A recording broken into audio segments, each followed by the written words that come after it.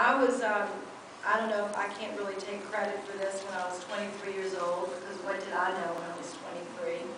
Like you, I thought I knew everything. And as we get older, we realize, oh my God, we didn't know anything back then. But I managed to, because of a friend, to get myself on the Appropriations Committee in Louisiana. Tomorrow, we'll remember, this is how we met. Tomorrow, asking for money. This is how we meet all the time. And that's exactly how we met. But I was smart enough to take my good friend's advice and to get on the Appropriations Committee. And it was one of the smartest things that I ever did, because you quickly learn no matter what you do, if you follow the money, that's a good place to start. Where is the money coming from?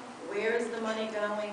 And try to get as much of it for your cost as possible. I mean, it's sort of the simple, 101 in politics. And so I left the legislature and then really got in charge of the money, because I became the state treasurer of the state and managed it. It was quite funny, as my father would say, this is quite amazing, Mary. And my father was a wonderful politician and a great leader, and he's very much alive and in good shape and health. But he would tease me when I said I would run for treasurer. He said, Mary, you can't even balance your own checkbook. How are you going to balance the state's?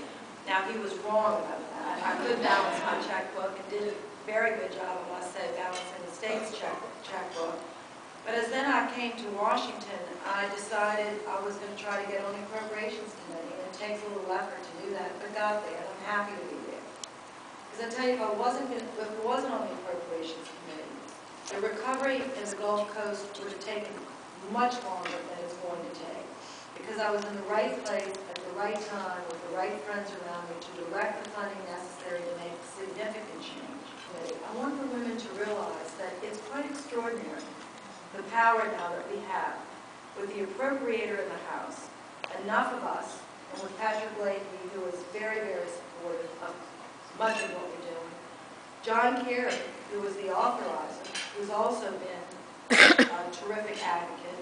Joe Biden, as the vice president, who sort of led the whole effort domestically and does a great deal of work on violence against women as the chairperson of that committee.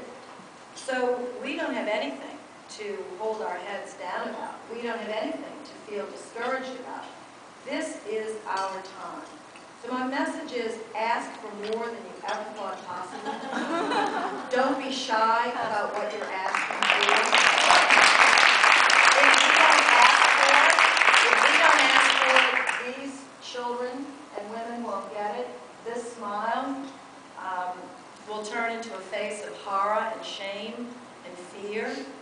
When I see pictures of girls with those faces and their eyes dull and their spirits broken, it makes me just want to work much harder. This picture is a picture that I love to work for every day, and this is the faces of the girls that we have to remember in our minds.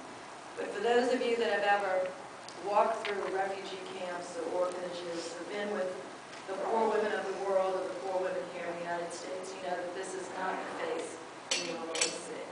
This is the face that we work for. So let's not, cut ourselves short, and let's realize that it's been a long march this whole century and before. And now that we've got the people in power, we need, and we're more organized than we ever have before, to really advocate on behalf of women. And one final message. As a mother, many of us are mothers and grandmothers. It's just impossible almost to separate helping women from helping their children, because all of us are so connected, particularly not just in this country but around the world. And so as we think about helping women, because part of my passion is children as well. As you know, I lead the Coalition on Adoption and Child Welfare and do a lot of that work. That we really need to be sure that our policies are just not the opposite of what we do for men, because that won't work. Because they are not the primary caregivers in this world. We are. Now maybe one day that's changing, and in my household, I'm happy to tell you it's changed. This is good. One household at a time, and men are really doing a lot better. But in the big picture, when a woman has 8 children, or 6 children, or 10 children, or 2 children, it's hard to help her get up if you don't have an idea in your head about what she's going through to try to lift those children with her. And what women will do and the sacrifices they will make to not leave those kids behind. So it's very important for us to think about that integrated strategy and to help women be the best moms they can be and the best leaders of their family they can be. And I know that you all know that, and I just urge us to be as creative as we can be about those efforts. So God bless you all. I'm going to go back and rally the troops, the women in the Senate, and please tell Nita Lowy that I'm very proud of her and extremely happy for the leadership that she provides in the House of Representatives. So God bless you all.